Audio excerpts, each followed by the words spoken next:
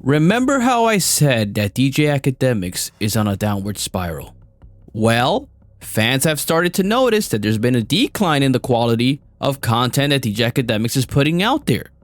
They have also noticed and pointed out that his live streams have become more and more inconsistent. And when he does do a live stream, Akademiks doesn't have enough respect for his audience to keep a sober mind. He's a drunken, bumbling idiot for a good 2 to 3 hours.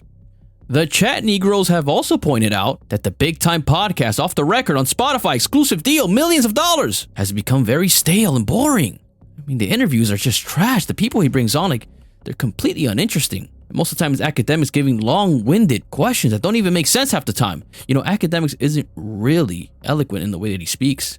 But that's besides the point. I mean, who cares the way that he speaks? It doesn't matter. So I listened to one of his last interviews, the one with DJ Vlad. Who the fuck wants to listen to a DJ Vlad interview? What, you want to hear DJ Vlad explain about him having a friend who killed somebody with his bare hands again for the 1000th time? The content is absolute garbage, absolute trash, absolute ass. The problem is, Akademiks is a fat fucking slob, a lazy fucking bum, let's be honest. I mean, let's just go back to his explanation as to why he had all those herpes bumps on his stomach. According to Akademiks, he's been working out non-stop, even though we don't see the results, but he's been working out very hard in his house. Akademiks alleges that when he works out, he sweats like a fucking pig, non-stop. Now, after the workout, any normal, civilized human being will go and take a shower, especially after a grueling workout where you're sweating like a fucking animal. But as we all know, Akademiks is a very busy man. He has too many shows to worry about. He's a media mogul, so he cannot be bothered to wash his ass after a grueling workout. So according to him, the sweat dries up around his stomach, all the gunk, all the filth dries up in that specific region, and then he gets a herpes-like outbreak all over his stomach. It's not herpes, guys. It's sweat, it's gunk, it's filth, it's all the Hennessy coming out of his pores that are drying up in one specific area and causing him to have a herpes-like outbreak. That was his explanation. And listen, if I'm gonna be completely honest, I believe it. I believe his story. I buy it. Akademiks doesn't look like a guy who showers every day. Just look at him. Like, based on his diet, his lifestyle, like what I see on camera, I could just tell this guy most likely smells like cheese and a little bit of butt. You know, your typical fat guy pheromones. And just the way he dresses, like Akademiks wears the most random fit as possible. Where does he get these hats from? And usually, his entire fit consists of fat guy comfort clothes. You know the kind, the one with a lot of elastics all over the place, sweatpants, very loose around the waist.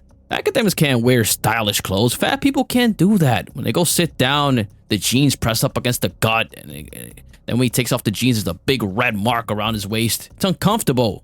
Akademiks probably wears diabetic socks. He doesn't want the fucking blood circulation to be cut off from his cankles. But, you know, going back to the content, and fans not being happy, Akademiks used to be a guy who would give breaking news, and would give these awesome videos. He would give commentary on what's going on. Nowadays, Akademiks isn't up to date with what the newest rappers are up to. We gotta hear more news about Drake or NBA Youngboy. Who gives a fuck who NBA Youngboy gave herpes to this week? And by the way, that whole issue between NBA Youngboy and DJ Akademiks really showed me how these people really think about him. Akademiks really thought that NBA Youngboy was his friend. So NBA Youngboy had this whole ass fat dude running around the country. Yo, Akademiks, pick up the phone. Yo, I need your fat ass to drop everything you're doing. Go fly to another state for me. I need a fucking favor. Got that, fatty? And this, by the way, was for nothing in exchange. I mean, listen, let's just hear Akademiks' words, because people might say, bro, you're making this up. Akademiks said all of this stuff, not me. Multiple times. A person who, like, multiple times has said, I need you to fly here to go do this because it's going to help me. And without even, I hop on a plane blindly because it's part of, well, that's your man's. Yo, I need you in Miami 2 days. Could you, blah, blah, I need you to meet up with that person, blah, blah. Got you. Say no more. Book flight. I'm on a flight. I would say that's a friend. Akademiks, let me tell you something, because you've become extraordinarily delusional. I like to call it the delusions of a fat man. Your pride doesn't let you see that you're just a fat guy with a YouTube channel. You have a YouTube channel just like everybody else. You can be dethroned tomorrow. Now, you've managed to make millions of dollars in this industry. Congratulations, you managed to fool everybody. You hold no weight, and you don't hold the influence that you think you do. These rappers look at you like a sock they can come in once in a while, and then when they're finished, they throw you under the bed. So when you cross the line with these rappers, when you step out of your boundaries, they let you know how they really feel. And they tell you, hey, fatso, get back under the bed. You're just a cum sock. And then your feelings get hurt and you're confused. I thought we were friends. Me and Youngboy, I considered him a friend. Anyways, so recently, one of Akademiks' biggest enemies, Freddie Gibbs, took a massive L. Freddie Gibbs' porn star girlfriend exposed him for basically ghosting her after finding out that she was pregnant with his baby. Now, you having a baby with a porn star, that's a massive L, as we all know. She then goes on to say that she has pictures of Freddie Gibbs on her phone with his ass cheeks spread wide open for the world to see. And if he keeps talking slick, she's going to expose the pictures. Now, this went viral all over Twitter. This was like the most viral thing this weekend. And Akademiks quickly pounced on the opportunity to shit on Freddie Gibbs. Now that's fine, you know, what is he supposed to do? The problem is, it bothers me that it's coming from Akademiks. It really irritates me. It's kind of like, you know, when you're going back and forth with your friends and all of a sudden they start piling up on you and everybody starts flaming your ass. And all of a sudden, the nerd of the group has something to say. And he says something a little bit slick. For some reason, when your friends were saying something, it was kind of annoying, but it didn't really affect you. But when the fucking loser nerd of the group says something, you start feeling violent. You want to kill somebody. That's how I feel about the situation with Freddie Gibbs and DJ Akademiks. And listen, I'm not a fan of Freddie Gibbs. As a matter of fact, I don't think I've ever heard a Freddie Gibbs song. But the fact that Akademiks of all people is commenting on a guy getting exposed by his girl. This is the same Akademiks who we like to call egghead Akademiks. Why do you call him egghead? There's a clip of Akademiks getting cans thrown at his head while being on live. While live to thousands of people, his girlfriend was completely disrespecting him. After she ran out of cans and garbage to throw Akademiks, she goes to the kitchen. When she comes back, she has an egg in hand and she smashes it right on his forehead, and Akademiks is literally wiping egg yolk from his face while it pours down his fat cheeks. That's the level of respect Akademiks was getting from his girlfriend. Not only that, we know all the embarrassing details of their relationship. She exposed it all. And we look back to Selena, his old girlfriend, then Angelica. They've all been disastrous. So Akademiks talking about this situation really leaves a very sour taste in my mouth. No homo. Not only that, there are rumors floating around that Akademiks went out of his way to purchase matching Cartier iced out watches for him and Selena Powell of all people. As we all know, Akademiks the fat man. He's never gotten bitches before, and he uses his money to get bitches. And the bitches that come from that are just trash women. We've seen them. We've seen the choice of women Akademiks deals with. Garbage. Now he's hanging out with Selena Powell, who by the way looks like a 1995 completely modded out, riced out Honda Civic. Every single part of her body's modified. Big balloon titties. Her face is filled with fillers. She has the Jay Leno jaw. She has lumps all over her face. It's grotesque. Big chompers. These are the women that Akademiks deals with. And he spoils them rotten. He buys them watches, jewelry. Apparently he bought her a G-Wagon. It's pathetic. But what do you expect from a fat man who smells bad and has pimples on his stomach? Can't expect more. So, him talking about Freddie Gibbs getting exposed by his girlfriend, it bothers me. It bothers me because he has no room to speak on the matter. Absolutely no room and no right. So recently, Akademiks interviewed Freddie Gibbs' girlfriend. And I'm going to be completely honest with you. After listening to the entire interview, I feel like Freddie Gibbs came out looking good. I mean, think about it. Why would Freddie Gibbs want to have a baby with a porn star? And the more she kept talking, the more she kind of exposed the fact that Freddie Gibbs was just using her to promote his album, which is a well-known tactic by all of these rappers. They get involved with a hood rat. All of a sudden, the Shade Room starts posting them. All of the women start being interested in this guy's relationship. Oh my God. All of that equals to more album sales. So by the end of the interview, I'm thinking to myself, okay, well, Freddie Gibbs doesn't look too bad. If you subtract the fact that he spread his cheeks and took a picture of his asshole, I mean, the damage isn't that bad for Freddie Gibbs. So Akademiks, the drunkard, missed this great opportunity to completely destroy his enemy, Freddie Gibbs, yet again. Look, all these things I say in these videos is because I see the writing on the wall. Akademiks' downfall is imminent. It's inevitable. Nobody can stop it. Right now, Akademiks is still holding up the facade, and very few people are starting to notice. But I'm saying all of this because I want my words to be on record. So when the inevitable happens, people could come back in these videos and say, wow, how did you know? How did I know? Well, I'm an observant person, and every time I announce somebody's downfall, it happens. Without a mistake, it never fails. I don't know why I have this power. I don't know why I can announce people's downfalls and then it just miraculous. I did it with Booba. I did it with Nas BK. I'm doing it now with DJ Akademiks. Give it time, and the inevitable will happen. I've already announced his downfall, and after I say it, there's nothing I can do. My words are so powerful that once I say something, even if I change my mind tomorrow, it's over. Akademiks, there is nothing that I can do for you anymore. The prophecy has to be fulfilled. And not only that, not only my powerful words of me declaring the downfall of Akademiks, it's a lot of other things that are against Akademiks. Like yesterday, I noticed something very interesting that was said by NBA Youngboy. You know, NBA Youngboy came out of nowhere, started tweeting at Lil Durk and Akademiks. He goes on to say, Lil Durk, you a bitch and a nasty ass hoe. And it's show. And Akademiks, you a pure fat hoe with a mouth gonna be the reason. You from now on invalid. Wow. Powerful words from one of our greatest modern day philosophers, NBA Youngboy.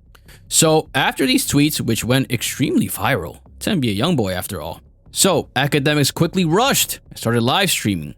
And basically goes on to say that NBA Youngboy is showing signs of desperation. His album sales aren't as good as Durk. And so now he's taking desperate measures, like attacking his friend Akademiks. Remember, Akademiks is still under the impression that him and NBA Youngboy are best of friends. The delusions of a fat man is a very interesting phenomenon. So Youngboy quickly jumped in the opportunity to promote his album and to respond to Akademiks and the accusations that he's doing this for the numbers. The numbers aren't that good. And Youngboy said something that really caught my attention. You know, because I look at Youngboy, and just based off all the evidence I see, I can tell Youngboy's not a slob who's just laying around doing nothing. I can tell he's extremely productive. I can tell he has a lot of vision.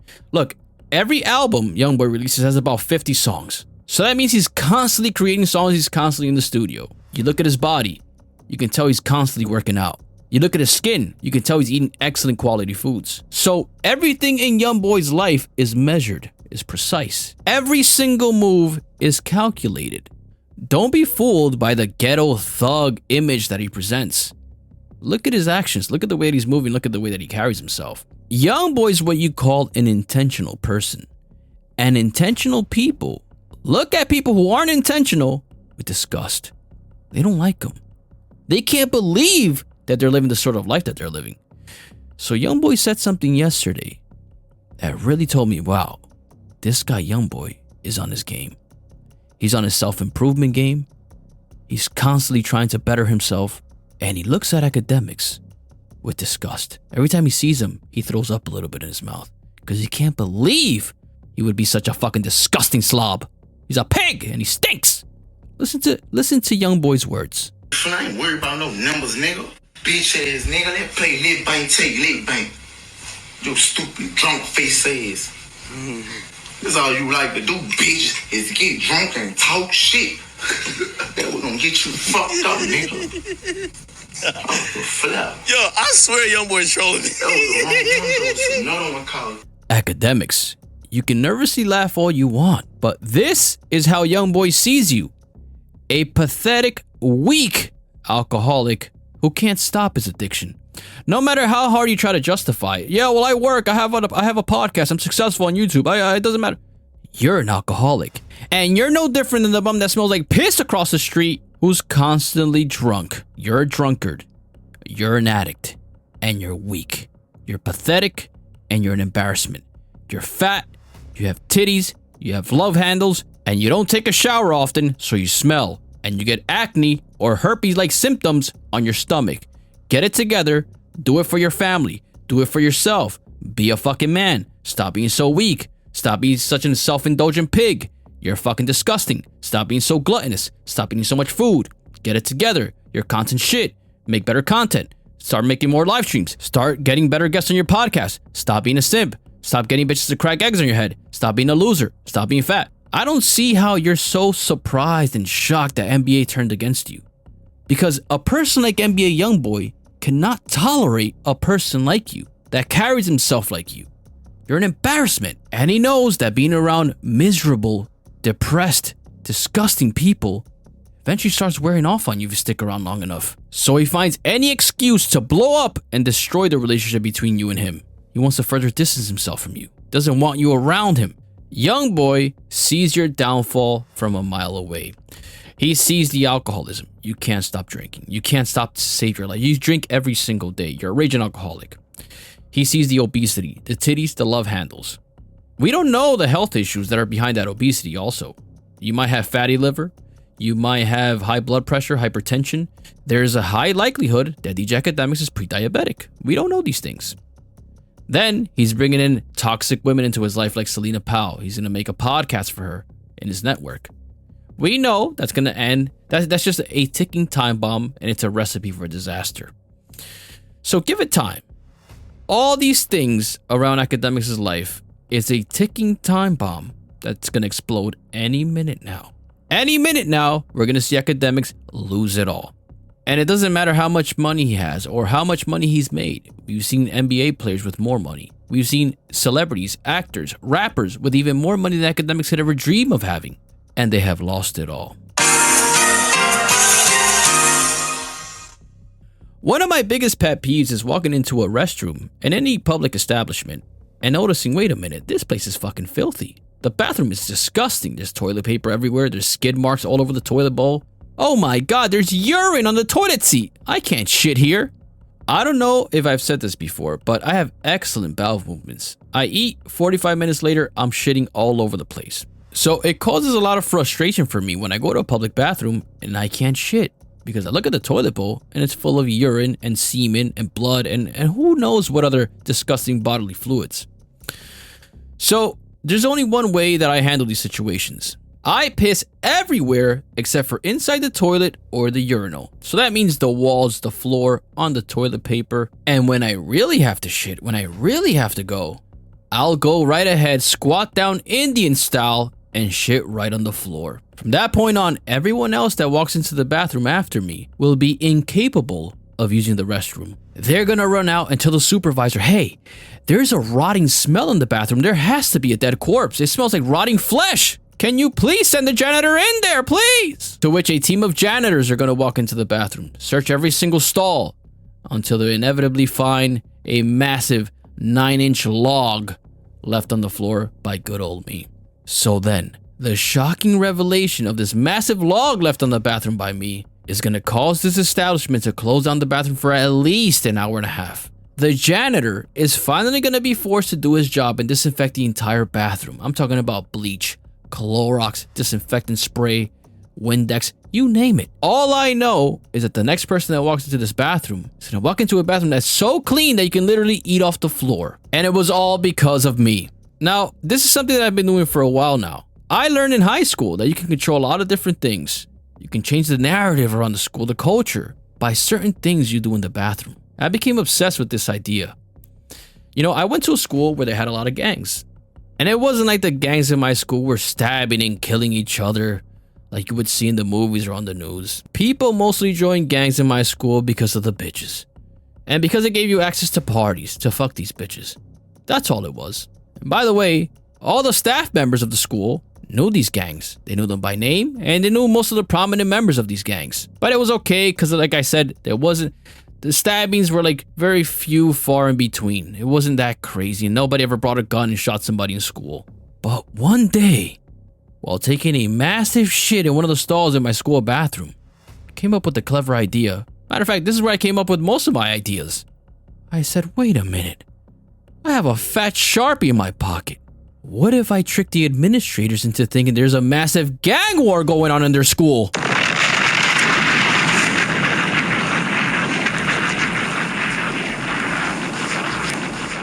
So I started scribbling gang-banging gibberish all over the school bathroom stalls. Of course, it was with a marker so they can erase it. Next day I'll come back and rewrite it, and write even more menacing and threatening gang-banging bullshit all over the walls. After a couple weeks, the administrators were losing their minds. They didn't know what to do. I can only imagine them in their private meetings. What's happened to our school? The gangs are infiltrating. They're all over the place now, the violence.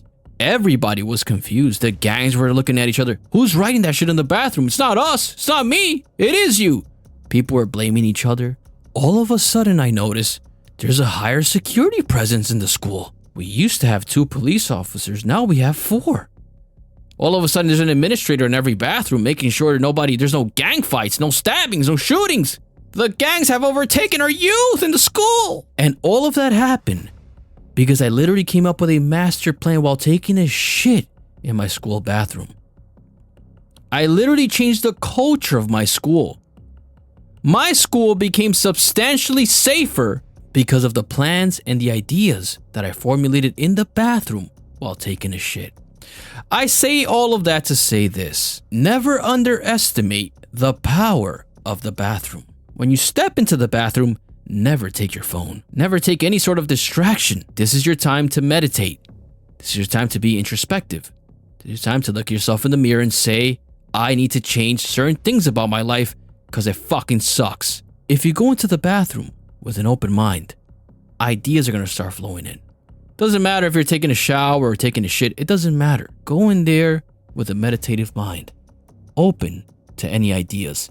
And I promise you, the ideas are going to start flowing in. I've heard many things about great men in our history that have gotten great ideas while dropping a massive shit in the bathroom. Never underestimate that time. It's time between you and your subconscious mind. It's very powerful. All you have to do is listen.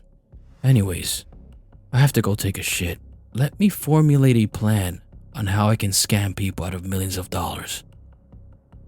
Thank you very much, everybody. Kiss my ass and suck my dick.